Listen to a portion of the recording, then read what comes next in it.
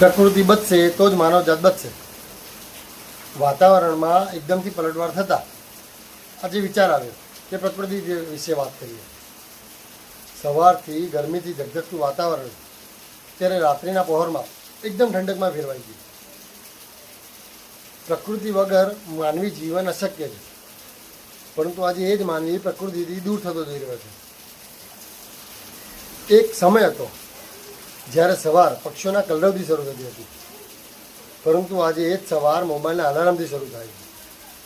એક સમય હતો જ્યારે માણસ શાંતિની શોધમાં ઝાડની છાયા નીચે બેસતો, પરંતુ આજે એ જ શાંતિ માટે લોકો મોંઘી હોટલોમાં જઈ રહ્યા છે.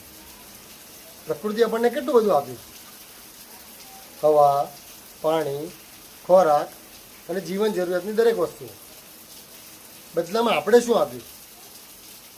પ્રદૂષિત પાણી, ઝાડને કાપ્યા, વાતાવરણને પ્રદૂષિત કર્યું. પરંતુ પ્રકૃતિ આના માટે ક્યારે ફરિયાદ નથી કરી. જ્યારે પણ પ્રકૃતિનું સંતુલન બગડ્યું છે, એના પરિણામ સ્વરૂપે આપણે પૂર, દુષ્કાળ અને ગરમીમાં અસહ્ય વધારો જોયો છે. યાદ રાખીએ, આપણે પ્રકૃતિનો માલિક નથી, પરંતુ આપણે એના મહેમાન છીએ. તો એક ઝાડ વાવીએ, પાણી બચાવીએ અને પ્રકૃતિને પ્રેમ કરીએ, કારણ કે પ્રકૃતિ બચશે તો જ માનવજાત બચશે. આજનો આપણો દિવસ શુભ રહે. જય માતાજી, જય શ્રી કૃષ્ણ, જય અંબે, વંદે માતરમ, ભારત માતા કી જય.